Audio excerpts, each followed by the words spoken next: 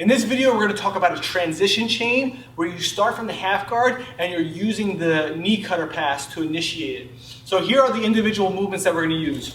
Movement number one is going to be the knee cutter. So I'm here, let's just rotate a little bit. I work to get an underhook, rotate even more. So I work to get an underhook here. I drop my head, come through, I knee slide, and then I finish my pass. Number two is we're in this position. I step back, I do the step back pass here, and then I can work to finish my pass. Number three is he starts underhooking me hard, turning into me, so I drop here. I can get either head control, arm control, put my foot in the hip, and then drop to mount. And then the final one is going back into the knee cutter. So here's how the transition is going to look here. We're going to be here, we're going to start the knee cut, and he's going to pummel in because it's extremely common for the person to pummel in, especially playing no-gi. And then you need to move because you don't want them to take your back. So we're here like this.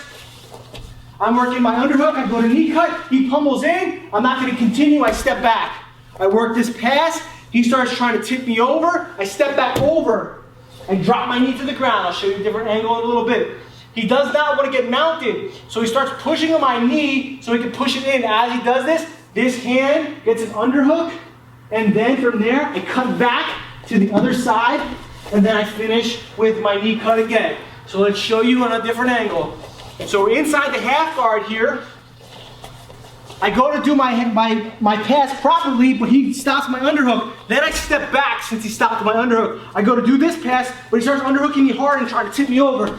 So I drop. So if we rotate a little bit, you can see my knee is down. So just bring your arm up. My knee is down on the mat here. I'm trying to get the mount, but he doesn't want me to get the mount, so he starts pushing my knee through. I bring my hand underneath his elbow, drop my head to the other side, bring my knee back over to a knee cutter, and then I finish my pass, okay? Ideally, I want to keep my head down when I finish this pass, but I lifted it up so that way you can hear me speak. So let's do it a little bit faster here. So we're here like this. I work my knee cutter. Boom, he underhooks. I step back, he underhooks, I drop, he goes to push my knee, I get the underhook, and then I switch to the knee cutter. If we switch our position, he has the half guard. Here, I get work my underhook. He's able to pummel. I step. He turns into me. He starts pushing my leg, and then I get the underhook, and then I finish my pass. Once I get like a super deep underhook, the head position doesn't matter as much, but it does help. There were times where I lifted my head up. That's where you need to pay attention to it while you're doing the drill and fix those little mistakes. So let's do it one more time from this particular angle, a little faster. Here, so we go to the position, we go, here, step, work the under. If I do not get the underhook and he's starting to work here, I can step back. I can always step back again here and then work the pass here. If he starts turning into me again, then I can drop and work my underhook sooner.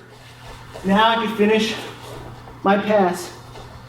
So understand that with this particular chain, you may end up in a situation where you need to go back to a particular movement in the chain, and then you just keep continuing. You want to be relentless with it.